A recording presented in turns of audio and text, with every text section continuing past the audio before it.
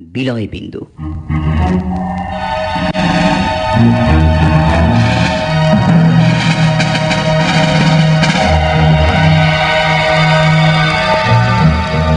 রঘুকুলপতি বসু রায়চৌধুরী হালের উঠতি বাঙালি ব্যবসায়ী। বংশানুক্রমে তিনি আভিজাত্যের উত্তরাধিকারী পেয়েছিলেন তদুপযোগী জমজমাট একটা নাম। কিন্তু তার বাবার আমলে বৃত্তের তলানিটুকুও অবশেষ ছিল না। রঘুকুলপতি করিতকর্মা মানুষ। নিজের উদ্যমেই তিনি ব্যবসার মজবুত ভিত গড়ে তুলেছেন। তাঁর ব্যবসার ওঠানামা নিয়ে এখন শেয়ার মার্কেট আলোড়িত হয়। ঠান্ডা ঘরে বসে তাঁর সাম্রাজ্য সামলান ম্যানেজমেন্টের ডিগ্রিধারী ঝকঝকে সব এক্সিকিউটিভরা। রিয়েল এস্টেট বা ঘরবাড়ির ব্যবসা ছোট ব্যবসা, তাতে রঘুকুলপতির রুচি নেই। কিন্তু বাল্যবন্ধু চিত্তপ্রকাশকে দেনার দায় থেকে বাঁচাবার জন্য দক্ষিণ পার্ক স্ট্রিট অঞ্চলে তিনি চিত্তপ্রকাশের 8 বিঘে জমির ওপর সেকেরের তেতলা বাড়িটা বেশ দাম দিয়েই কিনে ফেলেছিলেন। এককালে এই অঞ্চলটা দিব্যি নিরিবিলিই ছিল, আর সম্ভবত এই বাড়িটাই ছিল এখানকার সবচাইতে উঁচু বাড়ি। ইদানিং রিয়েল এস্টেটের হিড়িকে চারদিকে জিরাফের মতো গলা তোলা উঁচু উঁচু বাড়ির সারি এই বাড়িটাকে একরকম ঘিরেই ফেলেছে। রঘুকুলপতি ঠাকুরদার বাবা যখন আমহা স্ট্রিটে চকমেলানো বাড়ি তুলেছিলেন, তখন এই অঞ্চলটা ছিল দেশি আভিজাত্যের, যাকে বলে শাকিন মোকাম। রামমোহন বিদ্যাসাগর থেকে সেদিনও এই অঞ্চলেই ছিলেন জগদীশচন্দ্র বসু, প্রফুল্লচন্দ্র রায়, আরো কত সব বড় মাপের মানুষ। কিন্তু হালে আভিজাত্য ঠিকানা বদলে উত্তর থেকে দক্ষিণ মার্গী হয়েছে। ঠিকানাটাও আভিজাত্যের একটা লক্ষণ, যা ঠিক জায়গায় না থাকলে অনেক কিছু এসে যায়। বন্ধুকে বাঁচাতে গিয়ে এই বাড়িটা কেনার পর রঘুকুলপতির মাথায় হঠাৎই ঠিকানা পাল্টাবার চিন্তাটা চাড়া দিয়ে ওঠে। কিন্তু মানুষ যা চায় সবসময় তক্ষণিত তা হয় না। চিত্তপ্রকাশদের বাড়িটা একেবারে খালি ছিল না। এক থুরথুরে বুড়ো, যার বয়সের কোনো গাছপাথর নেই, সাতকুলে কেউ আছে কিনা তারও কোনো ঠিক ঠিকানা নেই, এহেন একজন ভাড়াটে ওই বাড়িটার তেতলার পেছনের কোণের ফ্ল্যাটটাতে পাঁজর বেরোনো বাড়ির ফাটলে গজানো জেদি অশ্বত্থ গাছের মতো একেবারে শেকড় গেড়ে বসেছিলেন। কন্ট্রাক্টর বা প্রমোটারের হাতে রঘুকুলপতি বাড়ি তোলার ভার দেননি, দিয়েছেন নামজাদা আর্কিটেক্টের হাতে। কিন্তু সে আর্কিটেক্টের সাধ্য কি ওই 60-70 বছর ধরে এক পয়সাও ভাড়া না বাড়িয়ে 25 না 30 টাকা ভাড়ায় এখনো গ্যাঁট হয়ে বসে থাকা ভাড়াটেকে তোলে? আবেদন নিবেদন করে টাকার টোপ ফেলে অন্য একটা ফ্ল্যাট দেবার করারেও ওই বুড়োকে টলানো গেল না। রঘুকুলপতি এমন একটা সামান্য ব্যাপারের জন্য কোনো ঝুট ঝামেলায় যেতে চান না। এটা ঠিক, ওর সামান্য আঙুলের টুসকিতেই বুড়োকে তোলা যায়। ওর মুখ থেকে কথা খুঁজতে না খুঁজতে কাজ হাসিল করতে পারলে অনেকে ধন্য হয়। তারা বলেওছে যে রঘুকুলপতি একবার বললেই ওরা এখনই বুড়োটাকে ঝুঁটি ধরে ঘর ছাড়া করবে। রঘুকুলপতি ভেবেই পেলেন না, চালচুলোহীন একটা ভাড়াটে, যে কিনা ঠিকমতো ভাড়াটাও দিতে পারে না, সে কেন টাকার টোপ খায় না। নতুন ফ্ল্যাট বিনা পয়সায় দিলেও সেখানে যেতে চায় না, অথচ এই ঝরঝরে ভুতুরে বাড়িটাতেই মরতে চায়। একদিন গরমের বিকেলে রঘুকুলপতি বালিগঞ্জ থেকে ল্যান্সডাউন রোড হয়ে ফিরছিলেন। অনেকদিন বাদে সেদিনও হঠাৎ সেকালের মতো দক্ষিণের হাওয়া হঠাৎ বইল। রাস্তার দুপাশে ফুলন্ত জারুল গাছগুলো হঠাৎই চঞ্চল হয়ে উঠল। রঘুকুলপতির মনটাও হঠাৎই চনমন করতে লাগলো। তিনি ড্রাইভারকে গাড়ি ঘোরাতে বললেন।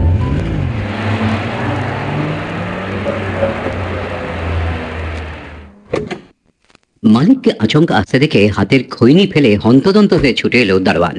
आइए आइए मालिक, नमस्ते नमस्ते।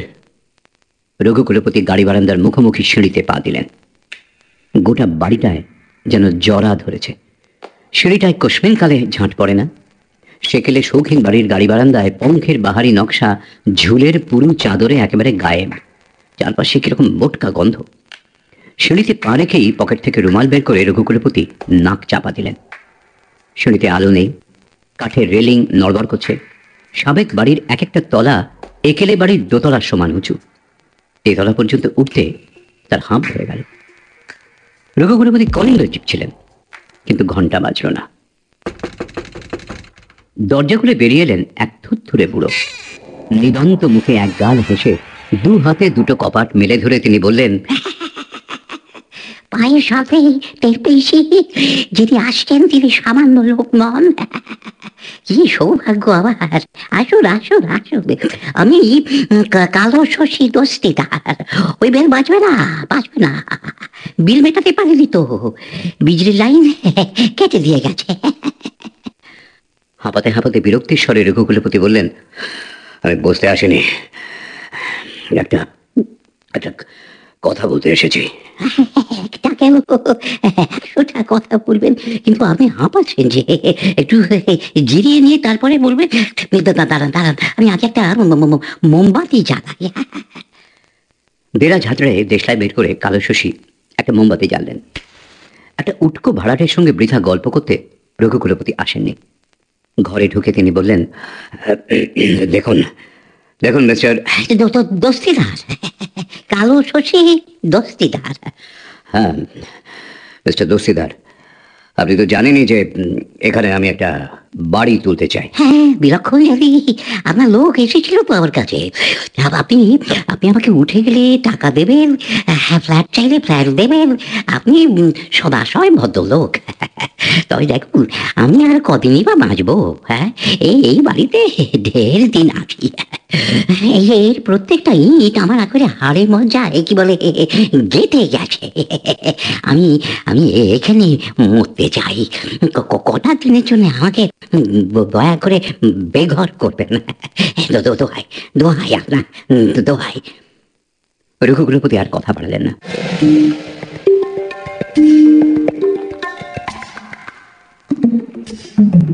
পরদিনও তিনি টালিগঞ্জ থেকে ফিরছিলেন। সেদিনও বিকেলে তেমনি চন্দনে হাওয়ায় বেগনি জারুলে ছাওয়া ডালগুলো হঠাৎই চঞ্চল হয়ে উঠল। আকাশের নীল সামিয়ানায় টুকরো টুকরো ভাসন্ত মেঘ অস্তরশ্মির জাদুতে আশ্চর্য রঙিন মায়া বিছিয়ে দিল। ড্রাইভারকে গাড়ি ঘোরাতে বললেন রঘুকুলপতি বসু রায়চৌধুরী।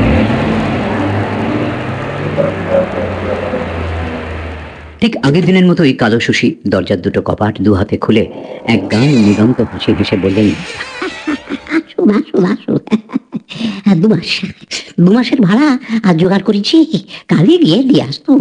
এসেই যখন গেছেন, বসুন বসুন, এসে যখন গেছেনই তখন ভাড়াটা আপনার হাতেই দিয়ে দিয়ে। এহেন প্রস্তাবে বিরক্ত হলেও রঘুকুলপতি না হেসে পারলেন না। আপনার রেস তো আমার বিলক্ষণ জানা।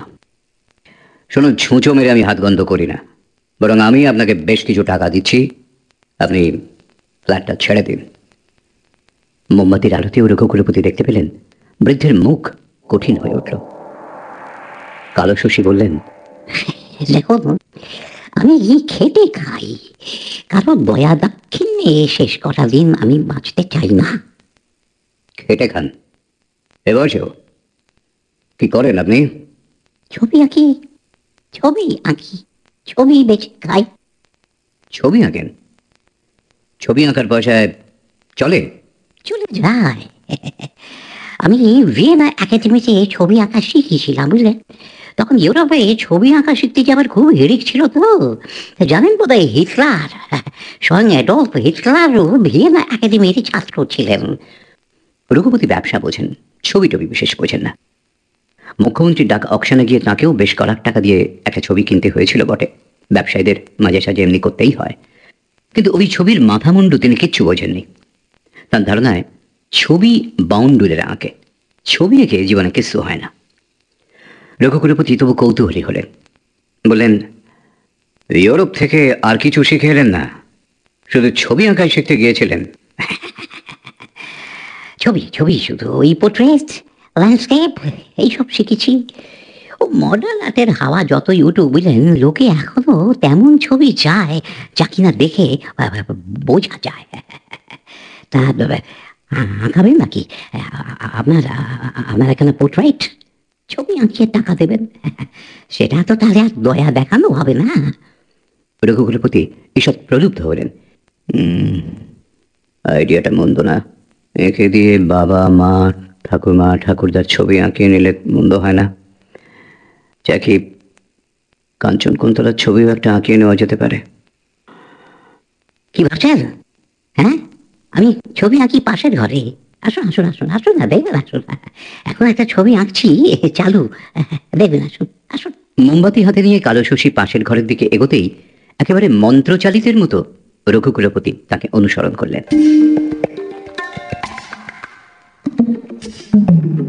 সারা ঘর জুড়ে ডাঁই করে উল্টানো ক্যানভাস, এটা সেটা জিনিসপত্রের রাশ, ইদেলে কাপড়ে ঢাকা একটা ক্যানভাস। কাপড়টা তুলে ধরে কালো শশী বললেন, এইটাই এখন আঁকছি। কি জায়গাটা চেনা চেনা ঠেকছে কি? একটা পুরোনো ফটোগ্রাফ দেখে আঁকছি আর কি, ব্লো আপ। রঘুকুলপতি দেখলেন ক্যানভাসে আঁকা রয়েছে একটা হলের মধ্যে একটা মিটিং এর ছবি। হলের ভেতরটা একটু চেনা চেনা ঠেকলেও ঠিক কোন জায়গা চিনতে পারলেন না। ঠিক বুঝতে পারছি না তো। কি করে এবার বুঝবে? সেই মাদানো থিয়েটার কি আর আছে? ওটা এখন এলিট সিনেমা। ভাবতে পারেন ওই হলে রবীন্দ্রনাথ বক্তৃতা দিয়েছেন, ওর নৃত্যনাট্য ওখানে হয়েছে। এই 1950-এও এই হলে মহালয়ার সকালবেলা রবীন্দ্রসঙ্গীতের আসর বসেছিল।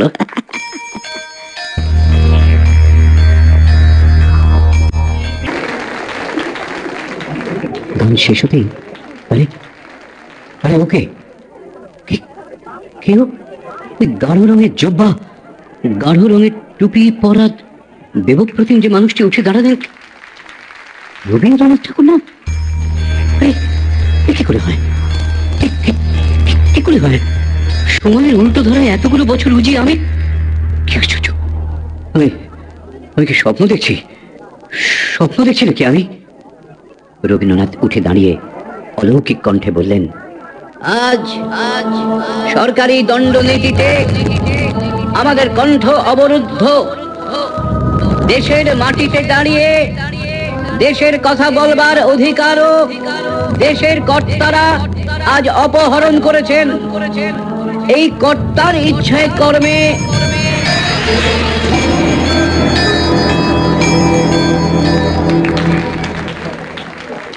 সভা শেষ হলে রঘুকুলপতি ভিড় ঠেলে রবীন্দ্রনাথের দিকে এগিয়ে গেলেন। পকেট থেকে ছোট্ট নোট বই আর কলম বার করে তিনি রবীন্দ্রনাথের সামনে অটোগ্রাফের জন্য মেলে ধরলেন। রবীন্দ্রনাথ সেই নোট বই আর কলম হাতে নিয়ে তার অনবদ্য শৈলীতে লিখলেন, শ্রী রবীন্দ্রনাথ ঠাকুর।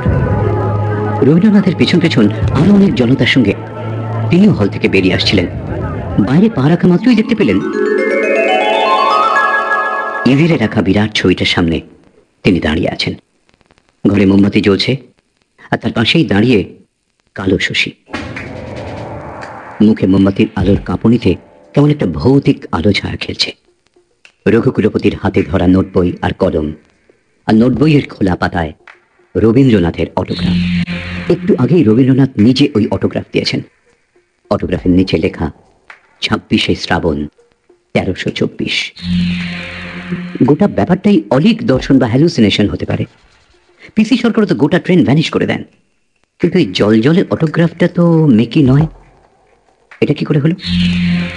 কালো শশী তন্ত্র করেন নাকি, যাকে বলে ব্ল্যাক ম্যাজিক? পরপর ভাবনাগুলো ঢেউয়ের মতো এসে পড়ল রঘুকুলপতির মাথায়। কালো শশী ওর বিমূঢ় অবস্থা দেখে হেসে বললেন, শুনুন মশাই, যা দেখেছেন তাতে এক চিলতে জাদু নেই। সব সত্যি, সব। There are more things in heaven and earth than I dreamt of in your philosophy. কথাটা আমার নয়, শেক্সপিয়ার, উইলিয়াম শেক্সপিয়ার সাহেবের। এই মাত্র আপনি 1917-র 11ই অগস্টে দেওয়া রবীন্দ্রনাথ ঠাকুরের স্পিচ শুনে এলেন। আর এভিডেন্স তো আপনার হাতেই রয়েছে, কি নেই?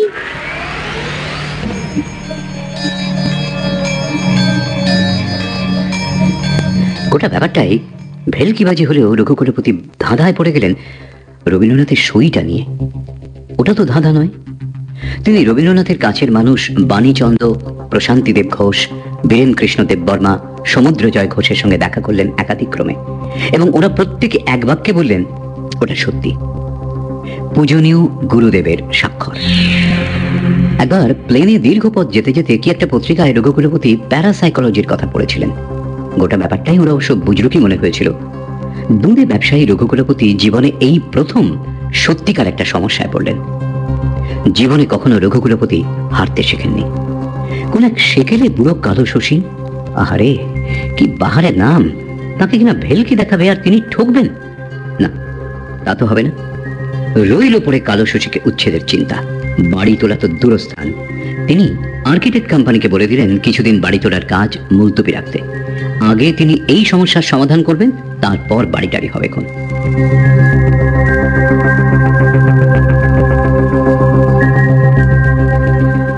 রঘুকুলপতি বিজ্ঞানের ছাত্র ছিলেন। বিজ্ঞানে তো বুজরুকির কোনো জায়গা নেই। কেমিস্ট্রি আছে, অ্যালকেমি নেই, ফিজিক্স আছে, মেটাফিজিক্স নেই। কিন্তু ওর যে অভিজ্ঞতা হলো সেটা এমনই অবিশ্বাস্য যে কাউকে বলাও যাবে না, এমনকি কাঞ্চন কুন্তলাকেও না। কাঞ্চন তো কথায় কথায় বলে, যত বুড়ো হচ্ছ তত তোমার ভীমরতি ধরছে। সারাদিন খালি ঠান্ডা ঘরে বসে থাকবে, দিন দিন ভুঁড়ি বাড়ছে। কাল সকালবেলা থেকে জগিং করবে, বুঝলে? এসব কথা কাঞ্চনকে গিয়ে বললে হয়তো এক্ষুনি সাইকিয়াট্রিস্ট ডক্টর বীরেন গাঙ্গুলির সঙ্গে অ্যাপয়েন্টমেন্ট করে বসবে। আর ডক্টর গাঙ্গুলিও বলবেন যে রঘুকুলপতি হ্যালিউসিনেট করছেন। ছবিতে আবার কোশ্চেনকালে কেউ কখনো ঢোকে নাকি? ছবিতে কেবল ঢোকাই নয়, ঢুকে রবীন্দ্রনাথের সই নিয়ে আসার ব্যাপার কখনো ঘটা সম্ভব? রঘুকুলপতি মরিয়া হয়ে উঠলেন। এই রহস্য ওকে জানতেই হবে। ওসব ম্যাজিক ফ্যাজিক তিনি টেনে বার করে দেবেন।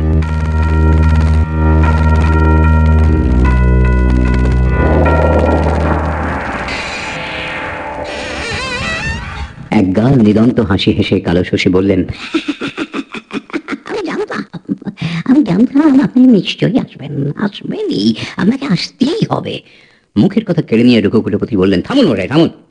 বুঝেছি আপনি ব্ল্যাক ম্যাজিক করেন, কিন্তু ম্যাজিকও তো হাত সাফাই ছাড়া কিছু না।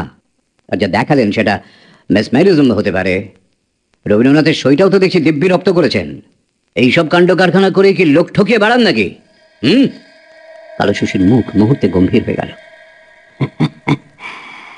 বিজ্ঞান কি পৃথিবীর সব রহস্য জানতে পেরেছে? বলুন দেখি, বিজ্ঞান কি থেমে গেছে? আজ যেটা অ্যালকেমিয়া, কাল সেটা কেমিস্ট্রি।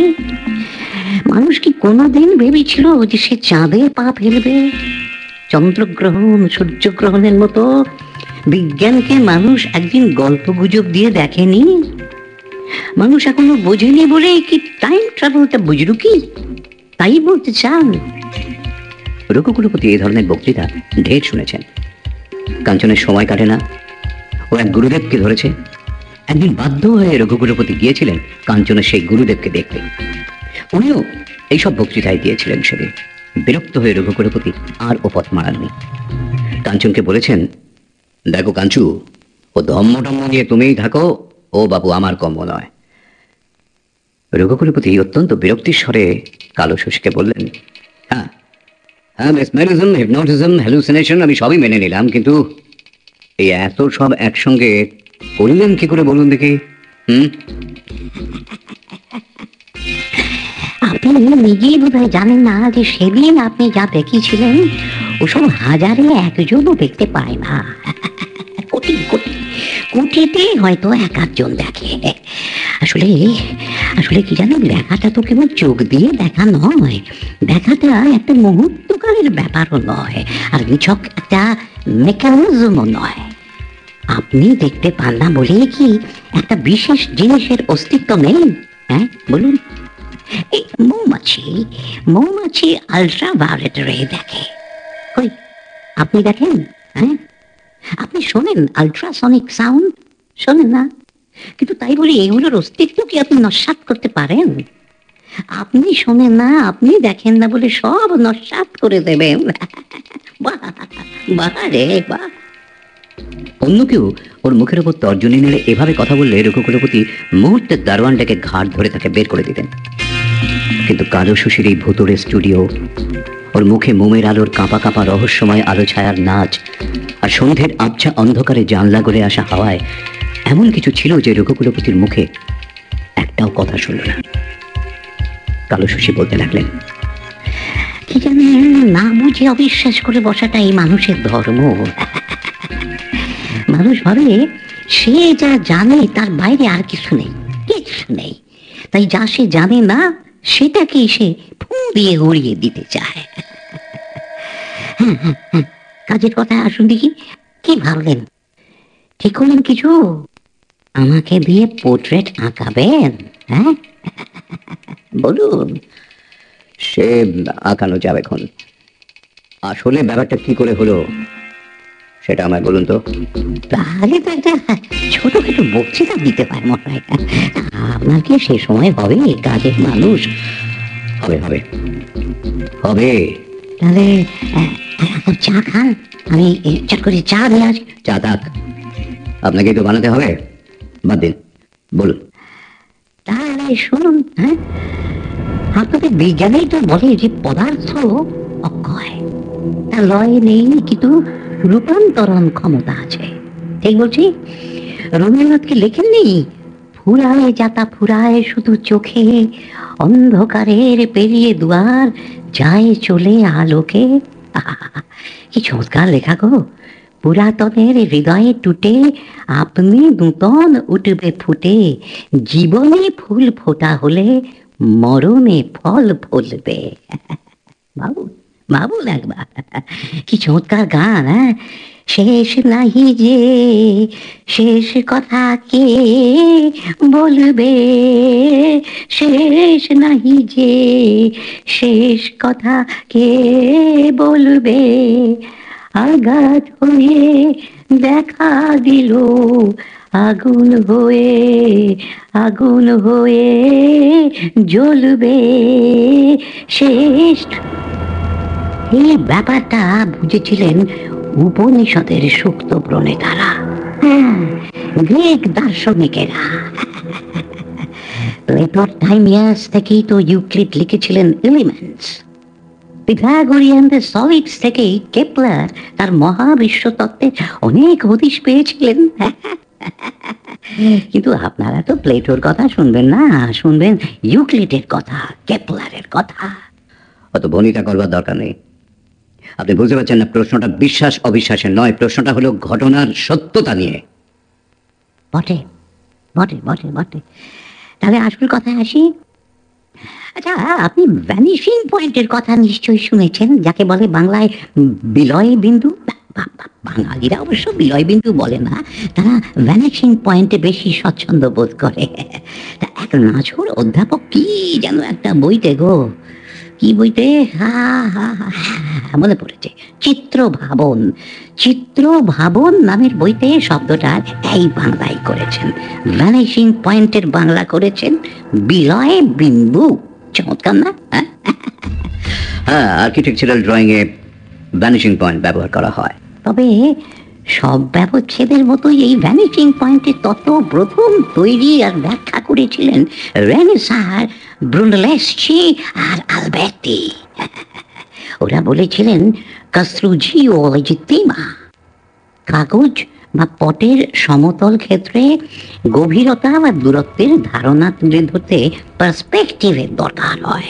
এই পার্সপেক্টিভের রহস্যই হচ্ছে ভ্যানিশিং পয়েন্ট।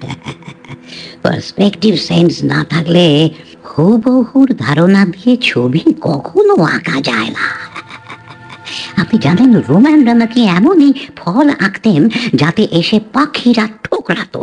হ্যাঁ, তাদের আঁকা ফুলে মশায় মৌমাছি নাকি এসে বসতো। অবশ্য সব ধরনের অতিরঞ্জনই বলতে পারেন, কিন্তু সে একটা যুগ ছিল যখন অতিরঞ্জনটাই ছিল প্রশংসার নামান্তর। যাকে যাকে যাকে, ধান ভাঙতে শিবের গীত থাক। আপনি রেল লাইনের মধ্যখানে দাঁড়িয়েছেন কখনো? হ্যাঁ। কি দেখেছেন বলুন?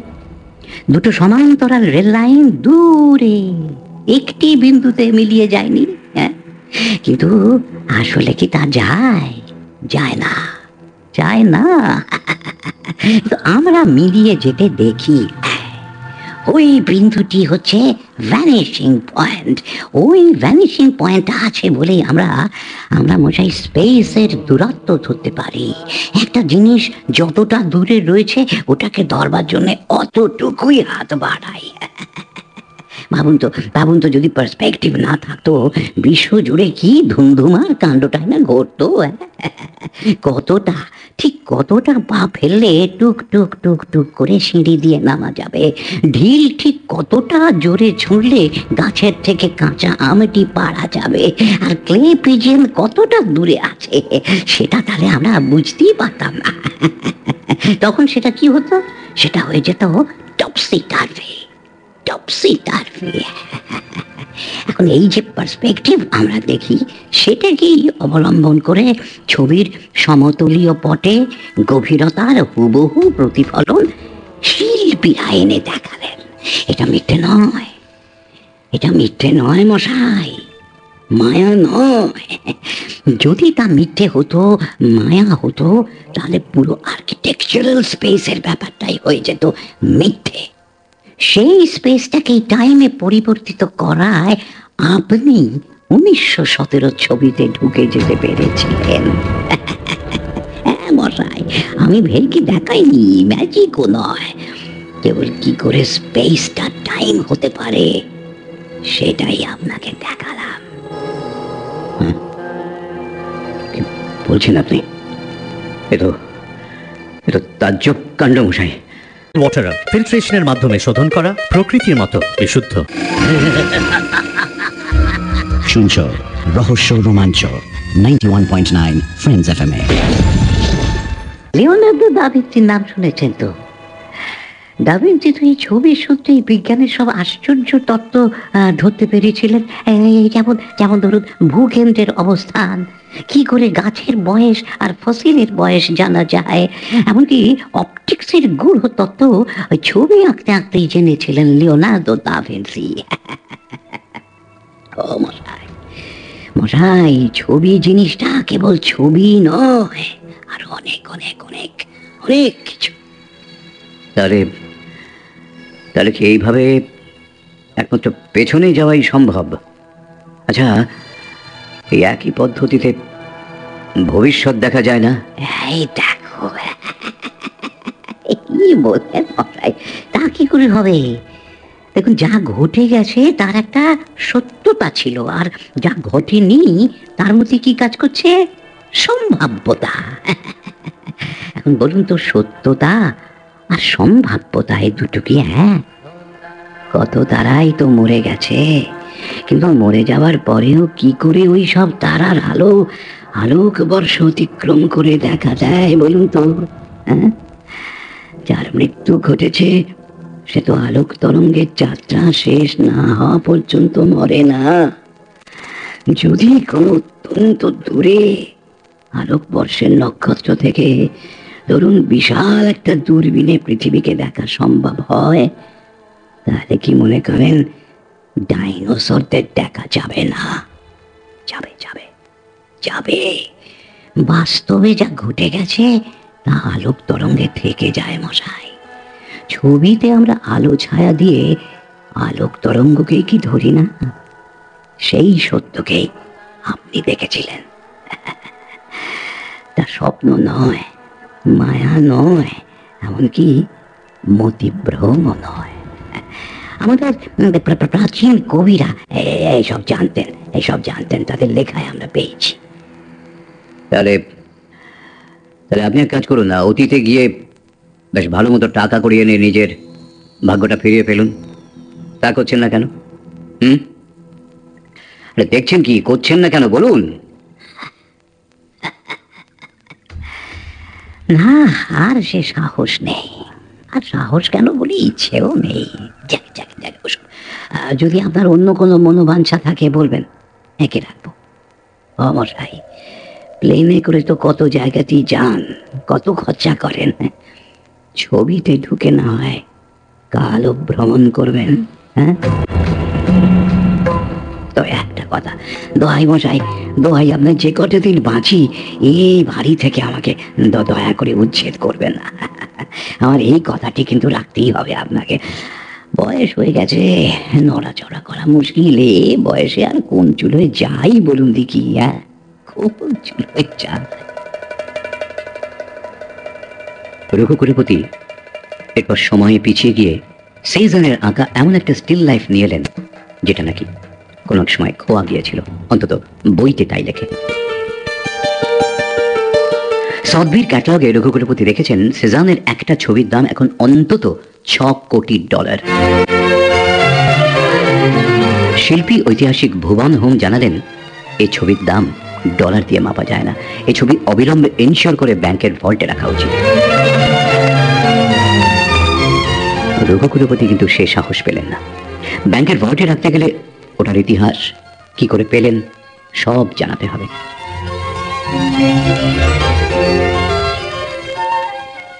এভাবেই রঘুকুলপতি আনলেন মহেঞ্জোদড়োর চিত্রিত একটা পাত্র, অজন্তার শিল্পীদের আঁকা ছবির একটা ছপ্পা, একটা খাঁটি সোনার আকবরী মোহর, যা পুরাতত্ত্বের আইন মোতাবেক অ্যান্টিক এবং জাতীয় সম্পত্তি। হেলহেডের বাংলা ব্যাকরণের প্রথম সংস্করণের একটি অক্ষত কপির জন্য জাতীয় গ্রন্থাগার 2 লাখ টাকা দিতে চাইল। বিজেন্দ্রলাল রায়ের গাওয়া গানটির ঝকঝকে রেকর্ডটির জন্য এক সংগ্রাহক কবুল করলেন 5,000 টাকা দেবেন। আমার জন্মভূমি সে দেশ আমার জন্মভূমি সে দেশ আমার জন্মভূমি। ওয়ারেন হেস্টিংসের নস্যির কৌটোর জন্য সবই দিতে চাইল 30,000 পাউন্ড। বলা বাহুল্য, রঘুকুলপতি এর একটাও হাতছাড়া করলেন না, তাকে নেশায় পেয়ে বসল। চুলোয় গেল ভাড়াটে উচ্ছেদ, চুলোয় গেল বাড়ি তোলার তাগিদ, অভিজাত পাড়ায় ঠিকানা বদল, এমনকি ব্যবসার দেখাশোনাকেও তিনি শিথিলতা দেখাতে লাগলেন। ইতিহাস আর পুরাতত্ত্বের মোটা মোটা বই নিয়ে পড়তে শুরু করলেন। এক আশ্চর্য অনাস্বাদিত জগতে ঢুকে গেলেন রঘুকুলপতি বসু রায়চৌধুরী। বসু রায়চৌধুরী পরিবারের ঐশ্বর্য আর বৈভবের যে প্রাচুর্য, তার উৎস রঘুকুলপতির পারিবারিক ব্যবসায় নবপ্রাণ সঞ্চার। এই প্রজন্মের দায়বদ্ধতায় পর্যবেক্ষণ এবং বিচার বিশ্লেষণের সূক্ষ্ম পারিপাট্যে সাফল্য এবং সার্থকতার যে নব উন্মেষ, তার শিরোমণি যে রঘুকুলপতি, সে বিষয়ে বিন্দুমাত্র সন্দেহের অবকাশ নেই কারো। রঘুকুলপতি যারা কাঞ্চনকুন্তলাও সে কথা বিলক্ষণ জানতেন, মনে প্রাণে বিশ্বাসও করতেন। স্বামী যে পুরোদস্তুর সংসারমুখী নন, বহুলাংশে বহির্মুখী, সদর্থে ব্যবসা এবং প্রতিপত্তি বিলাসী, তাও তার অবিদিত ছিল না। এছাড়াও দীর্ঘদিন ইত্যাকার জীবন অতিবাহিত করার সূত্রে এমতো অবস্থা তিনি মান্য করেই ক্ষান্ত এবং শান্তও ছিলেন। অধুনা স্বামীর এই বহুমাত্রিক পরিবর্তন কাঞ্চনকুন্তলার দৃষ্টি এড়াল না। গুরু ব্রহ্মা গুরু বিষ্ণু গুরুদেব মহেশ্বর গুরু সাক্ষাৎ পরম ব্রহ্ম তস্मै শ্রী গুরবে নমঃ। অখণ্ডমণ্ডলাকারং ব্যক্তং যেন চরাচরম তৎপদং দর্শিতং। বহুদিনই তিনি গুরু অন্তঃপ্রাণ, সৎসঙ্গ ইদানিং তার জীবনের অনিবার্য অনুষঙ্গ। জ্ঞানাঞ্জন শলাকায়া চক্ষুরুন্মিলিতং যেন তস্मै শ্রী গুরবে নমঃ। তবে যতই তিনি গুরু গুরু করুন আর সৎসঙ্গে অঙ্গ ভাসান, দুটি ভুরুর মধ্যবর্তী স্থান কুঞ্চিত হল প্রয়োজনের অতিরিক্ত।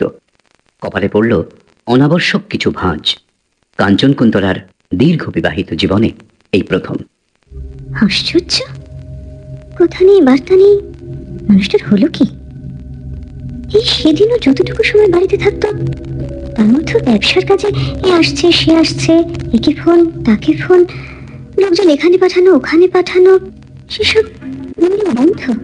কি কি সব জিনিস যে আজকাল বাড়িতে নিয়ে আসছে, কোথেকে বা আনছে খুঁজে খুঁজে ভগবানই জানেন।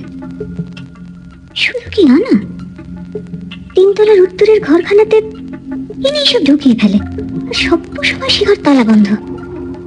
একদিন ধরে দেখে আসছি, ব্যবসার কাজে যা যা না লাগবে ওর ধারণায় সে সবই নাকি ছাইপাশ। কেন যে সেই রাজ্যের ছাইপাশ এখন চোখের ধনের মতো আগলানোর বাতিক হলো, কে জানে বাবা। যে মানুষ জিজ্ঞেস করলে একটাও সদুত্তর পাবো না, সে আমি বিলক্ষণ জানি। ভাবিয়ে তুললে দেখছি। কাঞ্চনকুন্তলার ভ্রুমধ্য যতই কুঞ্চিত হোক, কিংবা অবিন্যস্ত বক্ররেখা কপালে যতই জমাট বাঁধুক, এই বয়সে রঘুকুলপতির যে কোনো চিত্তবৈকল্য ঘটবে এমন আভাস তার চরম দুঃস্বপ্নেও আসার কোনো সম্ভাবনা ছিল না। তবু একেবারে হাল ছেড়ে বসে থাকাও সমীচীন বোধ করলেন না। একদিন সুযোগ পেয়ে কাঞ্চনকুন্তলা বলেই বসলেন, এই শুনছ, চলো না গো, কদিন একটু বাইরে থেকে ঘুরে আসি।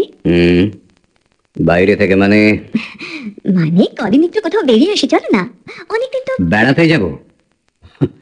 তুমি কি খেপে গেলে নাকি? কেন খেপবো কেন?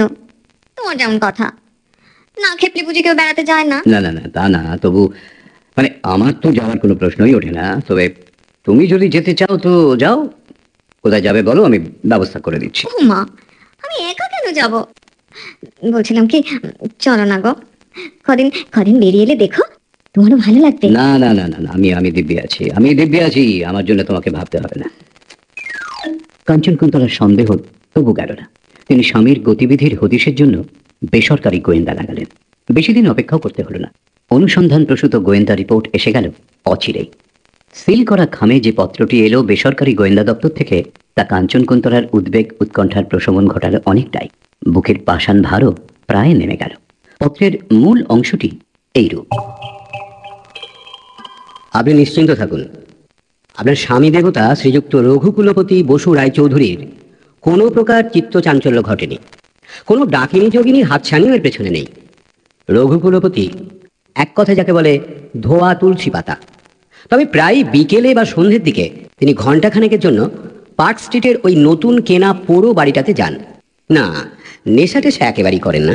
আর যার কাছে যান সেই আদ্যিকালের বুড়োটা ওইখানে ওই বাড়িতেই 3 তলায় 2টো ঘর নিয়ে থাকে, ছবি টবি আঁকে।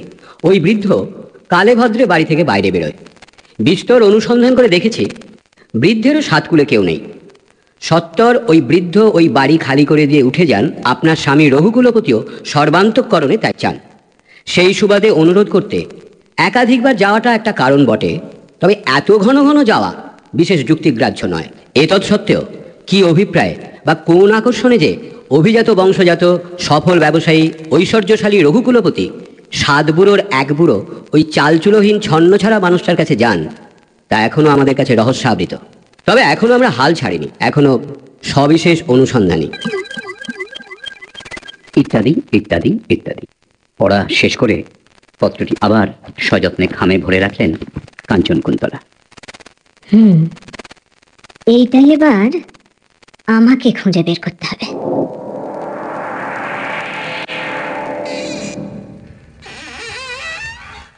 আসুন আসুন আসুন আসুন আসুন, আজ একটা আশ্চর্য ছবি দেখাবো আপনাকে। এমন ছবি দেখাবো কি বলবো, মানে এই অভিজ্ঞতা আপনার আগে কখনো হয়নি, আর জীবনে কখনো হবেও না।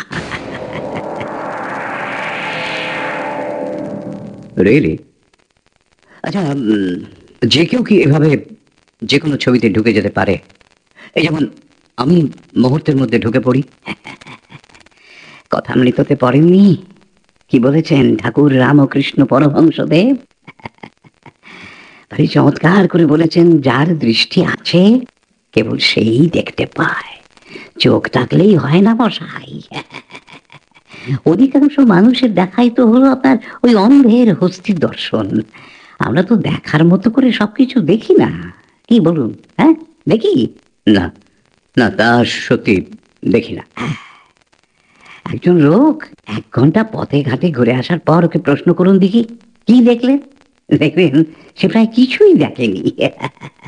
কটা সিঁড়ি সে উঠে এলো সেটাও সে বলতে পারে না। আবার কেউ কেউ আছে যারা চোখ আর মন দুই দিয়েই দেখে, ওরা ঠিক ঠিক দেখতে পায়।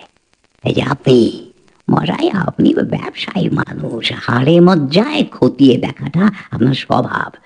ছবির ভ্যানিশিং পয়েন্টে অভিনিবেশ করে ছবিতে আপনি যেভাবে ঢোকেন সেটা সম্ভব হলো কি করে? আপনি দেখতে জানেন বলেই না। হ্যাঁ, এ হলো একেবারে অর্জুনের মাছের চোখ, বুঝলেন কিনা? মহাভারতের কথা একবার স্মরণ করুন দেখি। অর্জুন দেখতে জানতেন বলে ঘুরন্ত মাছের প্রতিবিম্ব দেখেও লক্ষ্য ভেদ করতে পেরেছিলেন। ঠিক ঠিক বলেছেন, যথার্থ বলেছেন। মানে আমার চোখও তাহলে? হ্যাঁ হ্যাঁ, তা একরকম অর্জুনের চোখের কাছাকাছি বই কি। নিজের কৃতিত্বে নিজেই পুলকিত হলেন রঘুকুলপতি। তারিফ শুনলে কে না খুশি হয়। আসলে ভ্যানিশিং পয়েন্টে কিছুই মিলিয়ে যায় না। ওখান থেকে স্পেসের মাপ আমরা করি। রেল লাইনের মাঝখানে দাঁড়িয়ে যেখানে ভ্যানিশিং পয়েন্ট দেখতে পাচ্ছেন, সেখানে পৌঁছে পেছন ফিরে আবার আপনি আগে যেখানে দাঁড়িয়েছিলেন ঠিক সেইখানেই দেখতে পাবেন ভ্যানিশিং পয়েন্ট। ভ্যানিশিং পয়েন্ট আসলে শেষ নয় মশাই, ওখান থেকে আবার নতুন স্পেসের শুরু। ইজেলে রাখা ক্যানভাসের ওপরের থেকে ঢাকনাটা সরিয়ে দিতেই রঘুকুলপতি দেখতে পেলেন চিত্রার্পিত এক উজ্জ্বল ব্যক্তিত্ব সম্পন্ন মানুষ জাহাজে সুসজ্জিত কেবিনে বসে আছেন। চেহারাটা ওর খুব চেনা চেনা ঠেকলো। আরে ইনি সিন্ধু মাধব মল্লিক না? সে বিখ্যাত বৈজ্ঞানিক আর আমার দাদুর খুব বন্ধু। ইনি তো দাদুর সঙ্গে বউবাজারে এক স্কুলে পড়েছেন। দাদুর ফুটবল খেলার বন্ধুদের গ্রুপ ফটোগ্রাফেও দেখেছি সিন্ধু মাধব মল্লিকের ছবি। ইনি ইনি এখানে জাহাজে কি করছেন? ভাবতে ভাবতেই রঘুকুলপতির কানে মৃদু থেকে গভীর সমুদ্রের গড়গড় আওয়াজ ধ্বনিত হতে লাগলো। চোখে মুখে নোনা জলের ছিটে এসে লাগলো। পায়ের নিচের কার্পেট মোড়া পাটাতন দুলতে শুরু করলো। রঘুকুলপতির সারা গায়ে ভয়ে কাঁটা দিল। ওকে দেখে ছবির মানুষটি এক অদ্ভুত দৃষ্টিতে তাকালেন। কিছু একটা বলবার জন্য ওর ঠোঁট দুটো কেঁপে উঠলেও শব্দ শুনল না। রঘুকুলপতি কোথায় এসেছেন কিছু ভেবেই পেলেন না। কেবিনের দরজা খুলে বাইরে আসতেই নিকষ অন্ধকারে ক্রুদ্ধ জলের গর্জন ওর কানে প্রায় তালা লেগে গেল। পেছনে স্বয়ংক্রিয় দরজা বন্ধ হয়ে গেল। আপনি চোখে কিছুই দেখা যাচ্ছে না প্রায়, কিন্তু জলের ঝাপটায় রঘুকুলপতি ভিজে গেলেন। টালমাটাল পাটাতনে দাঁড়ানোই দায়। আন্দাজে হাত বাড়িয়ে রেলিং ধরে ধরে তিনি এগোতে লাগলেন। তীব্র ঠান্ডায় হাত পা জমে আসছে। রেলিং ধরে ধরে এগিয়ে তিনি পৌঁছলেন খোলা দিকে। দেখতে পেলেন শিশু আর মহিলাদের লাইফ বোটে করে নামিয়ে দেওয়া হচ্ছে। মাথার উপর ঝুলন্ত আলোর বিচ্ছুরণে সব মিলিয়ে একটা অসম্ভব ভৌতিক পরিবেশ তৈরি হয়েছে। অসংখ্য সুবেশ সুপুরুষ যাত্রী আর নাবিক কোন এক প্রত্যাশন্ন মুহূর্তের অপেক্ষায় দাঁড়িয়ে আছে। একদিকে বেজে চলেছে একটানা সঙ্গীত, সেই সঙ্গীতের বিদায়ের সুর ছাপিয়ে একটানা বেজে চলেছে পাগলা ঘন্টি। বিমূঢ় রঘুকুলপতির হঠাৎ মনে পড়ল তিনি দাদুর কাছে শুনেছিলেন দাদুর হাফ প্যান্টের বন্ধু সিন্ধু মাধব টাইটানিকের যাত্রী ছিলেন। টাইটানিক ডুবতে সিন্ধু মাধবেরও সলিল সমাধি হয়। আতঙ্কে আর প্রচন্ড শীতে হাত পা শরীর একেবারে হিম হয়ে এলেও রঘুকুলপতি বুদ্ধি হারালেন না। তিনি বুঝতে পারলেন কালো শশী ওকে টাইটানিকে ঢুকিয়ে দিয়েছেন। লোকটা কি পাগল নাকি ইচ্ছে করে এটা করেছে কালো শশী? ভগবান, আমি কেন কেন মরতে ওর ফাঁদে পা দিয়েছিলাম? এখন আমি বেরোবো কি করে আমি? কিন্তু টাইটানিক থেকে তো বেরোতেই হবে আমাকে, যেভাবে হোক বেরোতেই হবে। বেরোবার একমাত্র উপায় যে জায়গায় যে ভ্যানিশিং পয়েন্টে দৃষ্টি নিবদ্ধ রেখে আমি ঢুকেছিলাম আবার সেইখানে ফিরে যাওয়া। সেটাই বহির্গমনের পথ। একমাত্র পথ, এছাড়া আর কোনো পথ নেই। যন্ত্রণা বাড়ছে, হাজার সাপের ঘোড়ার মতো ডেকের উপর আছড়ে পড়ছে সমুদ্রের ঢেউ। নোনা জলের ঝাপটায় চোখ জ্বালা করছে। কেবিনগুলো জানো কোন দিকে? কেবিনগুলো ওই তো দেখতে পেয়েছি। আরে এতখানি চলে এসেছি। আরে বাবা, আবার ওই রেলিং ধরে ধরে ওইভাবে ফিরে যেতে হবে আমাকে। যেতেই হবে, নইলে বেরোতে পারবো না। বেরোতে হবে।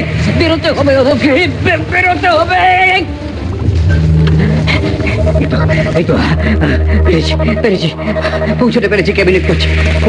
কোন কেবিনের দরজাটা খুলে বেরিয়েছিল আমি? কত নম্বর কেবিন ছিল? কি সর্বনাশ! সব কেবিনের দরজাই তো একই রকম, একই ডিজাইনের দরজা, একই রকম হাতল। ঈশ্বর, কোনটা খুলে ডেকে এসেছে রে ভাবি, সেটাই তো চিনতে পারছি না। চিনতে না পারলে তো বেরোতে পারবো না আমি। কালো শশী, কি করলে কালো শশী?